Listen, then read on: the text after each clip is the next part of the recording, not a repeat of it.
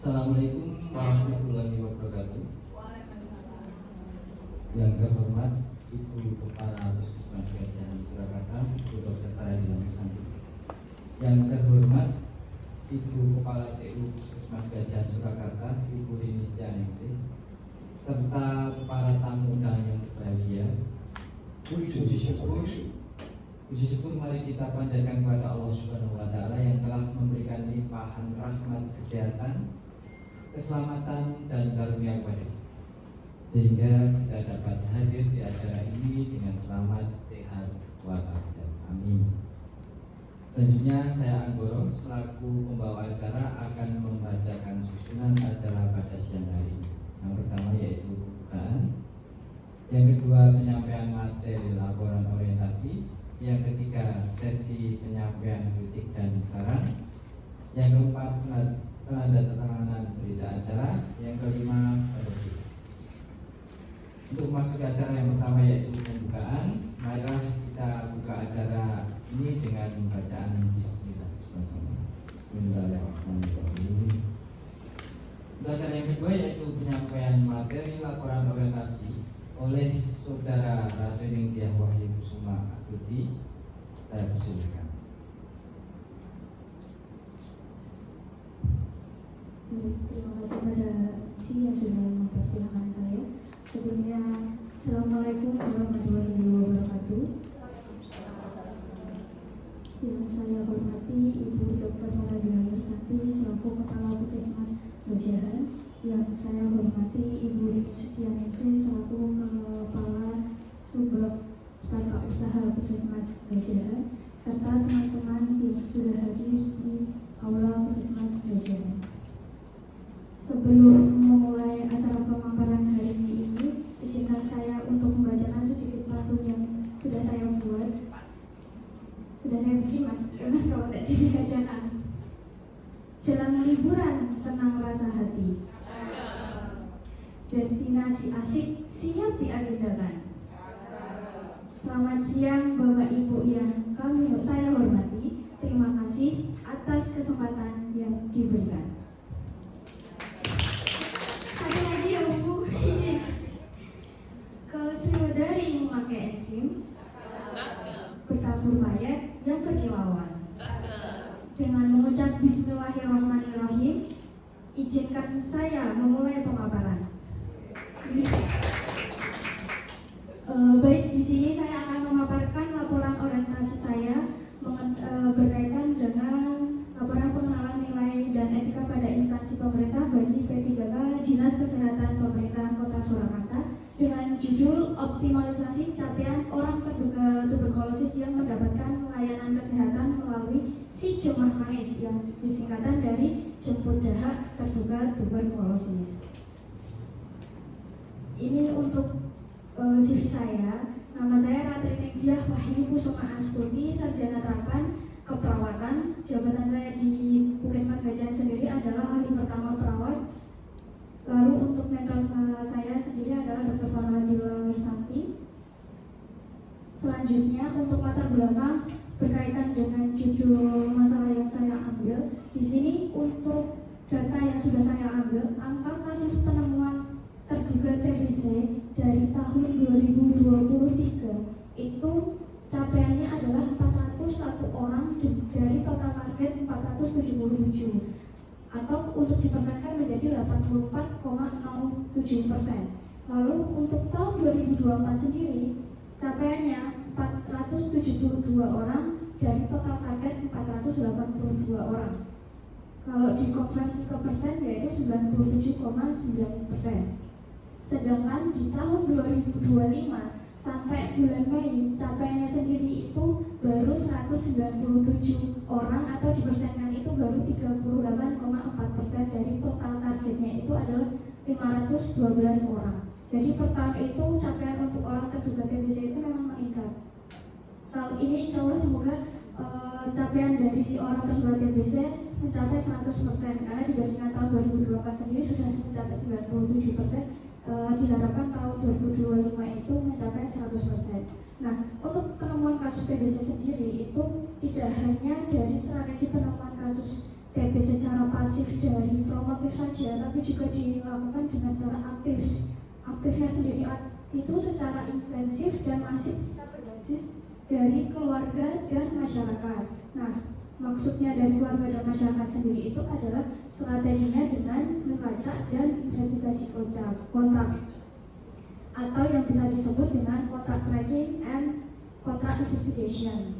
Nah, maka dari itu, dari data di atas, saya mengambil judul mengambil isu belum tercapai optimalnya penemuan kasus TBC yang mendapatkan layanan kesehatan di wilayah Puskesmas Gajahan.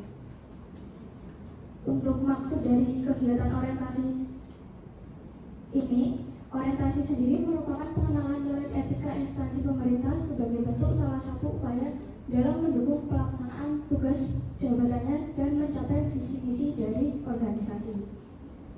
Untuk tujuan khusus dari pelaporan saya ada 3. Yang pertama, terwujudnya peran perawat dalam memberikan layanan kesehatan yang standar pada orang terduga TBC. Yang kedua, tercapainya persentase orang terduga TBC yang mendapatkan layanan sesuai standar. Dan yang ketiga adalah tercapainya indikator standar pelayanan minimal atau SPM di Puskesmas Gajahan. Untuk visi dari pemerintah Kota Surakarta sendiri yaitu mewujudkan Surakarta sebagai kota budaya yang modern, gesit, tangguh, kreatif, dan sejahtera. Untuk misinya mungkin juga sudah terlihat di layar PPT, ada 7 visi yang menjadi capaian dari pemerintah Kota Surakarta sendiri, di mana misi yang jadi acuan dari Dinas Kesehatan sendiri lebih utamanya di poin nomor 1, meningkatkan kualitas kesehatan masyarakat yang berkelanjutan. Untuk profil Puskesmas Gajahan sendiri, Puskesmas Gajahan terletak di Jalan Veteran nomor 46, Kelurahan Gajahan, Kecamatan Pasar Kliwon, Kota Surakarta, yang terdiri dari 6 wilayah yaitu Jayasuran, Gajahan, Pasar Kliwon, Galuarti, Kauman, dan Kampung Baru. Untuk luas wilayahnya sendiri sebesar 2.144 km persegi dengan jumlah penduduk yang lumayan banyak yaitu 31.934 jiwa. Ini merupakan visi-misi Puskesmas Gajahan yang tentunya sudah hafal sama karyawan-karyawan di Puskesmas Gajahan karena dibaca setiap Senin di apel Puskesmas. Untuk misinya adalah Puskesmas sebagai mitra masyarakat menuju kemandirian hidup sehat dengan misi yaitu 1. Standarisasi pelayanan kepada masyarakat, 2. Meningkatkan pelayanan kepada masyarakat, 3. Mendorong masyarakat untuk hidup bersih dan sehat secara mandiri, 4. Mengoptimalkan sumber daya Puskesmas, 5. Meningkatkan kerjasama lintas sektoral dalam membangun kesehatan masyarakat.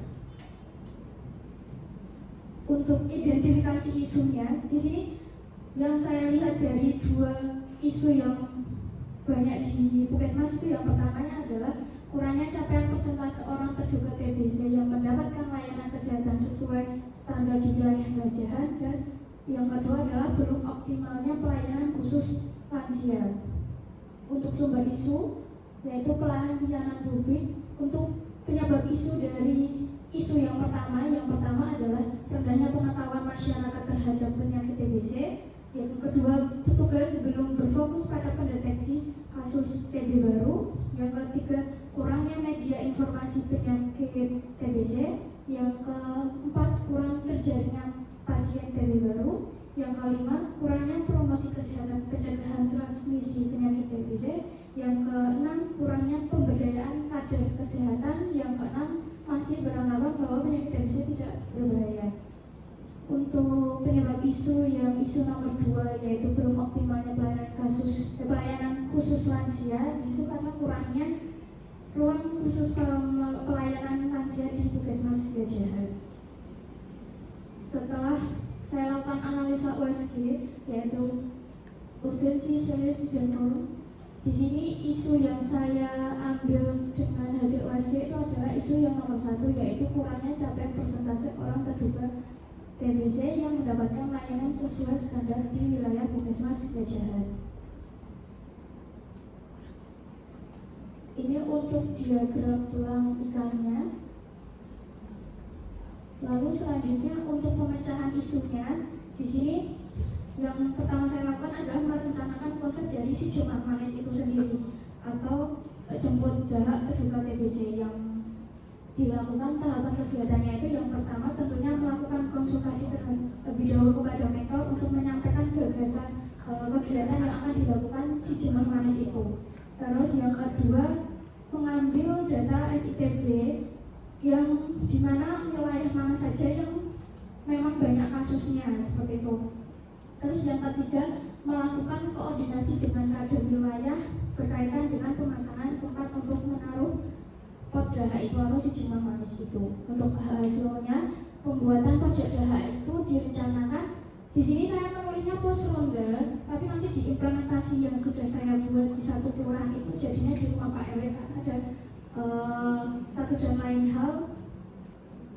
Jadi waktu di pos rondana itu tidak bisa terpantau dengan baik, makanya saya bekerja sama dengan Pak RW itu, akhirnya beliau bersedia ditaruh di rumahnya gitu. Nanti ada gambarnya. Rencananya saya akan menaruh di Kelurahan Gajahan dan Jayasuran. Kenapa Gajahan dan Jayasuran? Karena memang kasus TB itu paling banyak di Jayasuran. Lalu kalau Gajahan sendiri karena sudah merupakan kelurahan nomor juara 1 tentang PHBS juga, saya makanya untuk mendukung kembali saya memilih untuk di Kelurahan Gajahan. Lalu selanjutnya setelah saya berkoordinasi dengan mentor, saya melakukan review SOP berkaitan dengan cara pengumpulan dahak di jemaah konsep di si jemaah manis itu sendiri. Tahapan kegiatannya yang pertama saya berkoordinasi dengan kader wilayah terkait bagaimana cara pengumpulan dahaknya. Yang kedua konsultasi dengan mentor SOP yang pengumpulan dahaknya. Outputnya sendiri membuat SOP terkait pengumpulan dahak, dan yang kedua mereview SOP pengumpulan dahak. Untuk pemecahan isu yang ketiga, pembuatan perencanaan dan pelaksanaan kegiatan dari media si jemaah manis itu sendiri atau pojok dahak itu sendiri. Yang pertama saya mengkonsultasi dengan mentor berkaitan dengan media si jemaah manis. Yang kedua membuat media pojok dahak di kelurahan untuk mensukseskan si jemaah manis itu sendiri. Yang ketiga pembuatan Google Form untuk pelaporannya. Untuk outputnya sendiri saya adanya media informasi berupa leaflet bagaimana tata cara menaruh dahak di pot dahaknya itu. Terus yang kedua adanya media box tempat menaruh pot dahak di kelurahan itu. Untuk yang keempat, setelah terbuat saya melakukan sosialisasi di dalam gedung dan luar gedung terkait dengan pojok si jemaah manis itu sendiri. Dengan tahapan kegiatan melakukan sosialisasi kepada pengunjung mengenai si jemaah manis itu, lalu membagikan leaflet tutorial bagaimana cara alur menaruh dahak di pojok dahak itu. Outputnya sendiri melakukan evaluasi pojok dahak si jemaah manis itu dan memantau hasil dari peningkatan orang terduga TBC yang mendapatkan pelayanan sesuai standar.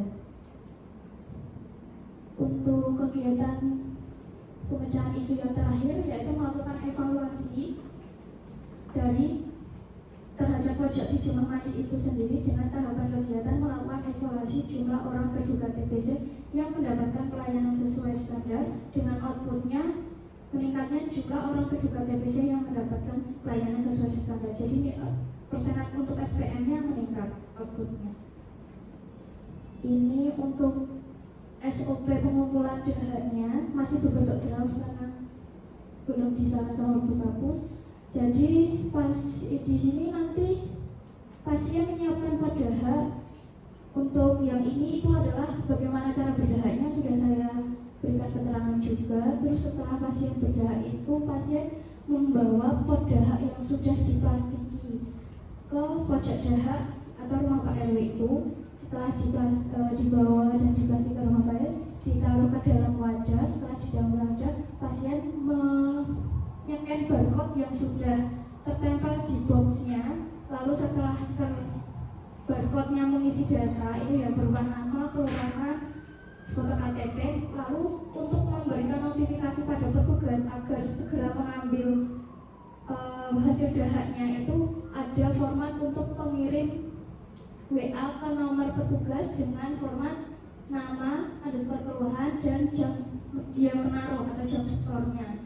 Setelah itu akan muncul notifikasi kepada petugas, lalu selanjutnya petugas akan membawa kulbox dan APD level 1 berupa sarung tangan dan masker untuk mengambil mengambil kode hak di pojok dahak kelurahan. Selanjutnya petugas mengirim sampel dahak ke laboratorium.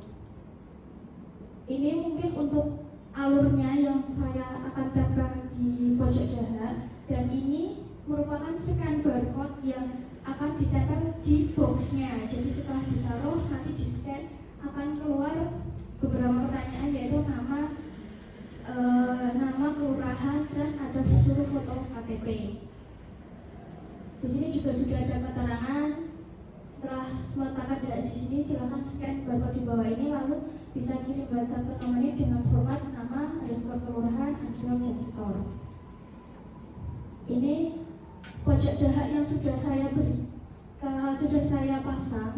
Jadi ini dipasang menggunakan triplek di dinding rumahnya Pak RW jadinya, karena jauh lebih enak dan terpantau biar gak hilang, katanya seperti itu.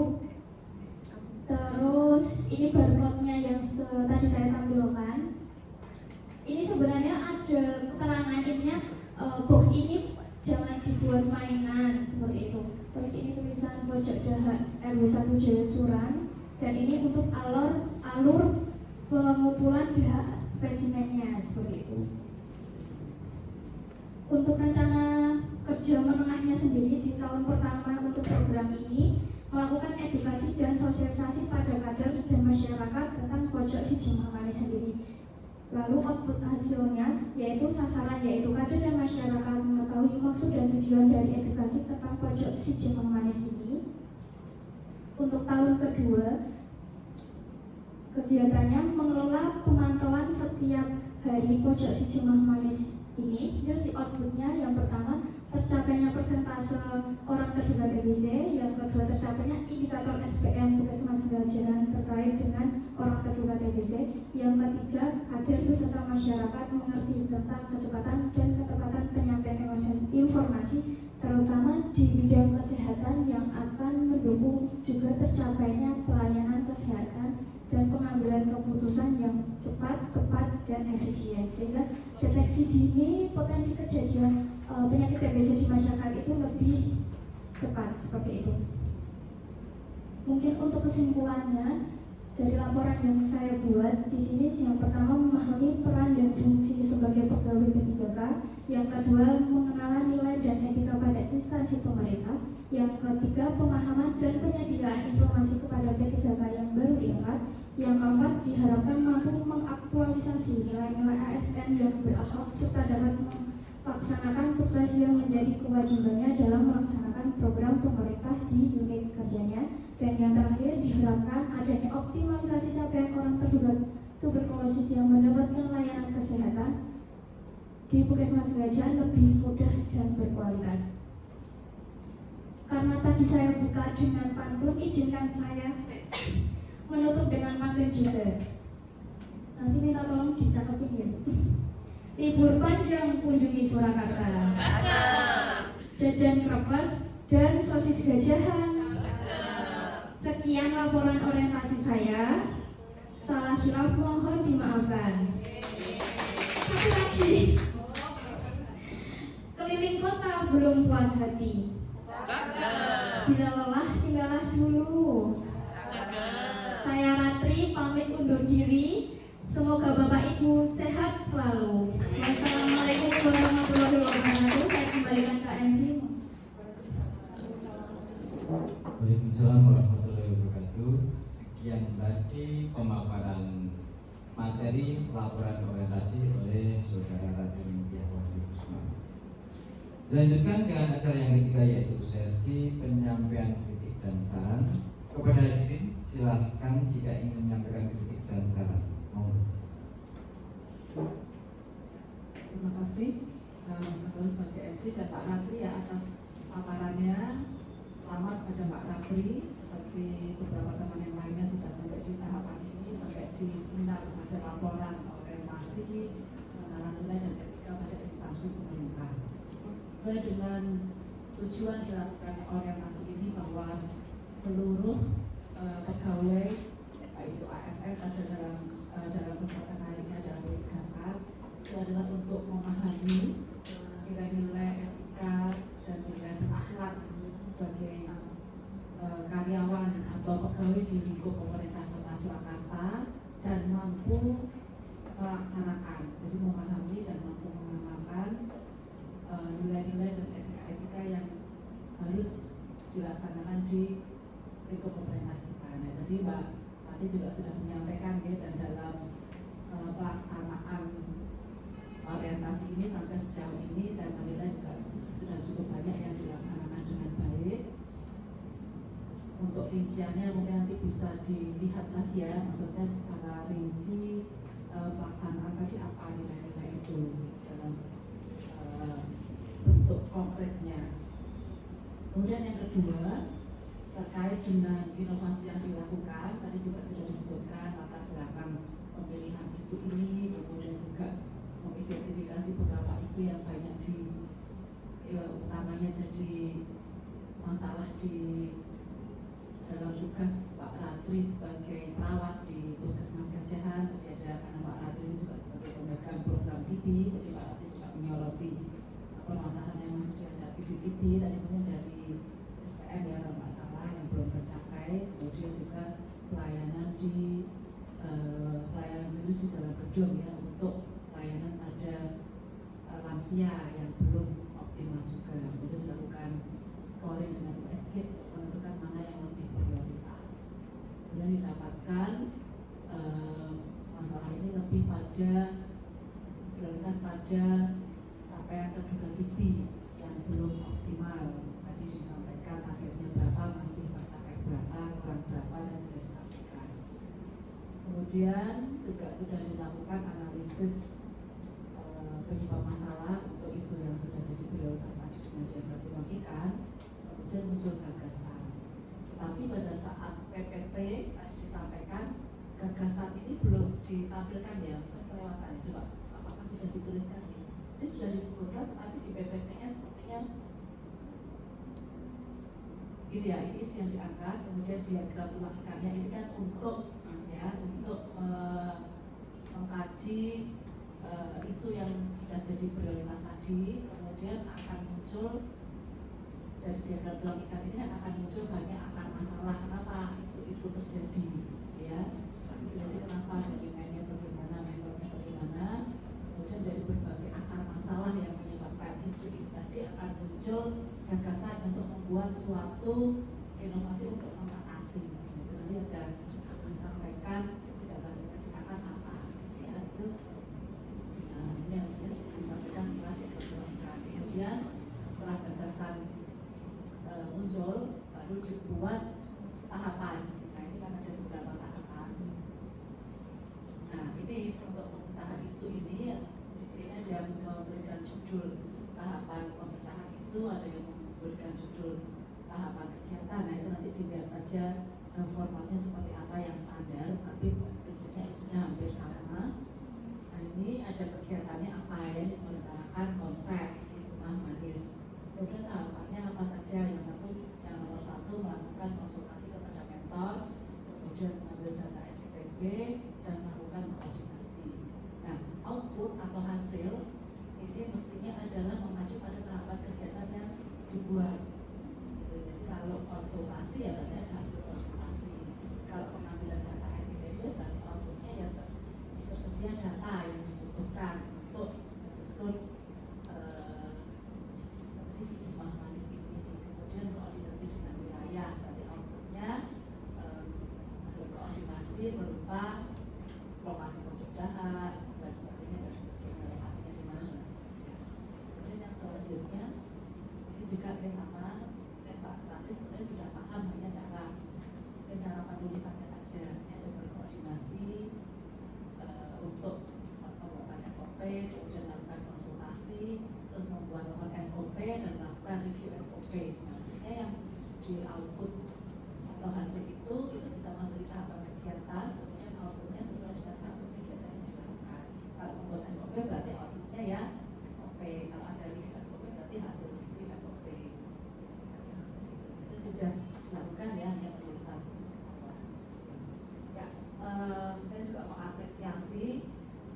evaluasi yang dilakukan ini karena juga cukup banyak yang harus dilakukan ya, mulai dari menyusun kemudian koordinasi dengan wilayah dan menyiapkan sarana-prasarana yang mungkin juga tidak sedikit, tapi mudah-mudahan dapat berkontribusi pada penemuan kasus TB yang selama bertahun-tahun untuk penemuan kasus TB ini masih terus menjadi masalah menjadi gajahan bagi di kota Surabaya. Mungkin itu masukan dari saya. Terima kasih. Wassalamualaikum warahmatullahi wabarakatuh. Terima kasih. Saran kritik dari Dr. Fadila dan yang lainnya.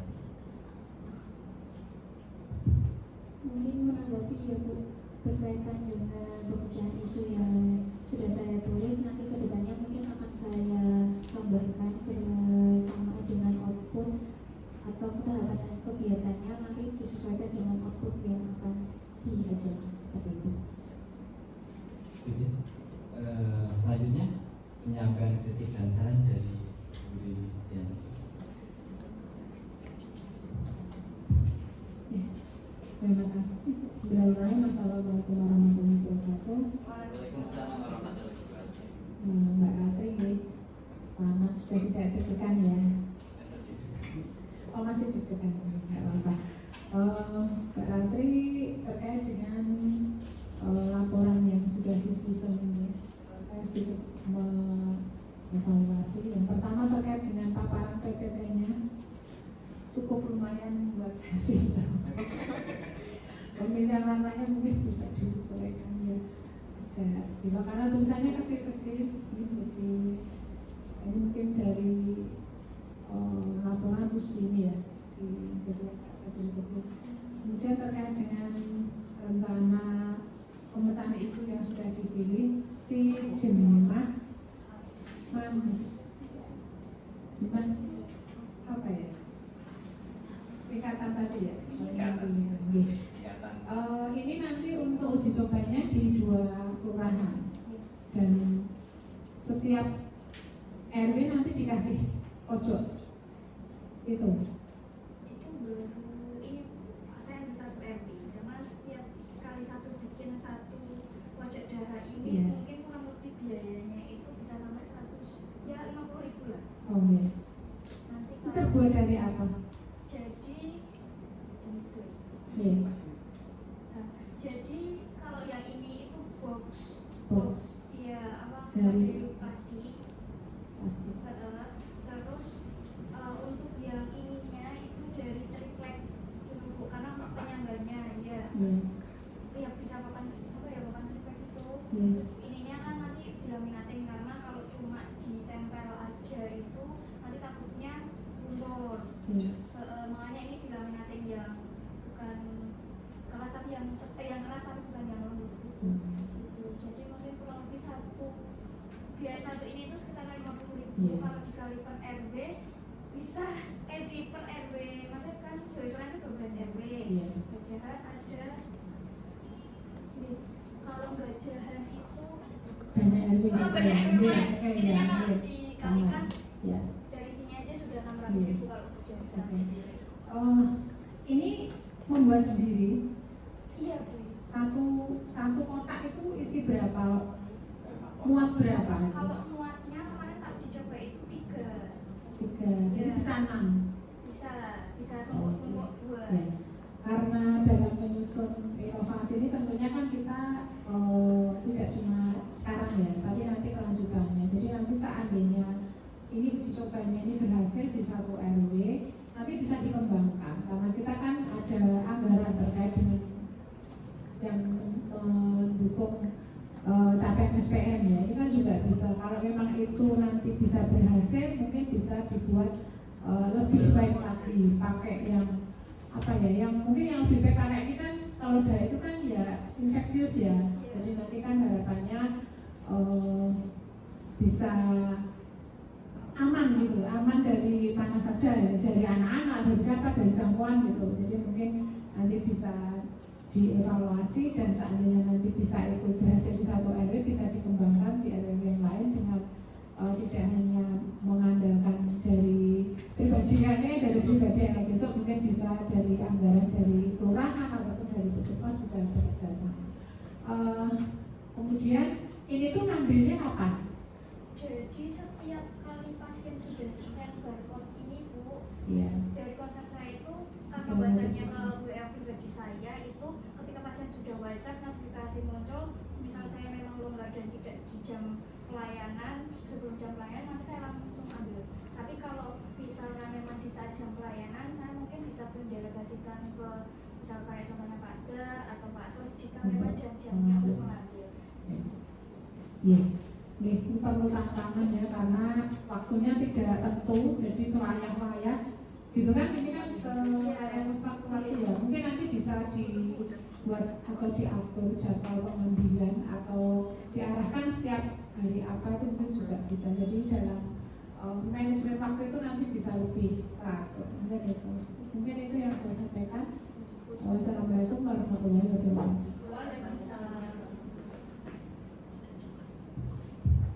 Waalaikumsalam warahmatullahi wabarakatuh. Terima kasih Ibu Listianingsih masukan dan kritikan dari Mbak Nati. Ada tambahan untuk anggapannya Mbak Nati? Izin menanggapi Bu, ini berkaitan dengan jam pengambilan pembedahan sendiri J.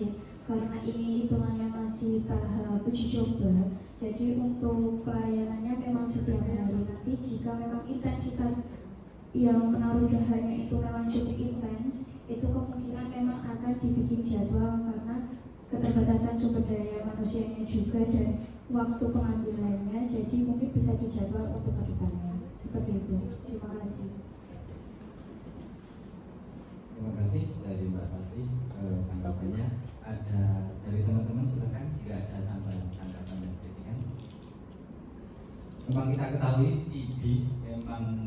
TB, HIV itu memang kita perlu semangat dan ekstra tenaga untuk mencari pasien-pasien tersebut karena memang efeknya ke mungkin ada beberapa warga yang suspek terkena itu ya, suspek TB itu ya, nanti di mata masyarakat memang ada sedikit ada perbedaan. Jadi memang kita untuk mencari pasien TB itu perlu effort lebih, semangat lebih, seperti Mbak Rati membuat pantun Pak tadi, effort ya. Kemudian acara yang selanjutnya yaitu acara yang keempat, yaitu penandatanganan berita acara kepada Ibu Dr. Farahila Nursanti selaku Kepala Puskesmas dan Mentor dipersilakan ke depan untuk penandatanganan berita acara.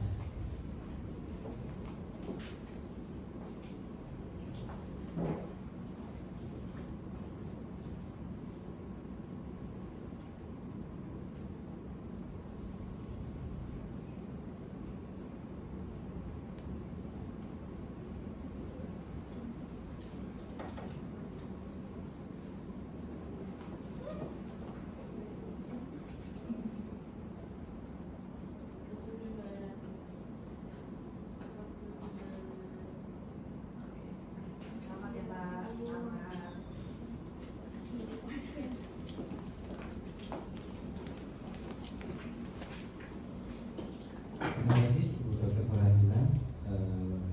Acara penandatanganan berita acara kita lewati. Untuk acara yang terakhir yaitu penutup. Marilah kita tutup acara pada siang hari ini dengan bacaan hamdalah bersama-sama. Alhamdulillahirabbil alamin. Saya selaku MC mengucapkan terima kasih. Mohon maaf sebesar-besarnya jika sekiranya ada salah kata yang kurang berkenan di hati para hadirin. Sekian dari saya. Bila taufiq wal hidayah. Wassalamualaikum warahmatullahi wabarakatuh. Waalaikumsalam.